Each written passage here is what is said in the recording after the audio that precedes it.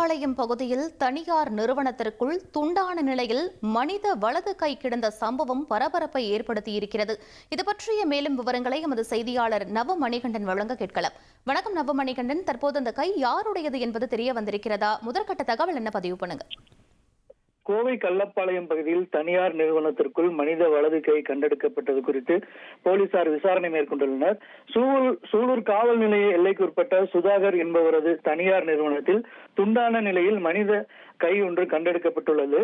நிறுவனத்தின் store room அருகே துண்டான வலது கை ஒன்று கிடப்பதாக அங்கு மேலாளராக பணிபுரியும் வைரநாதன் என்பவருக்கு உரிமையாளர்கள் அங்கு வேலை செய்யக்கூடியவர்கள் தெரிவித்திருக்கிறார்கள்.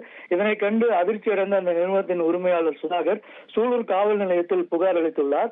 சூலூர் காவல்துறையினர் மனித கை எப்படி வந்தது என்பது தொடர்பாக விசாரணை மேற்கொண்டுள்ளனர். அங்குள்ள சிசிடிவிகளை ஆய்வு செய்து தற்போது விசாரணையானது நடைபெற்று வருகிறது. அந்த சிசிடிவியில் நாய் ஒன்று கையை எடுத்துக்கொண்டு உள்ளே செல்வது போன்ற காட்சிகள் சிசிடிவியில் பதிவாகி இருக்கிறது.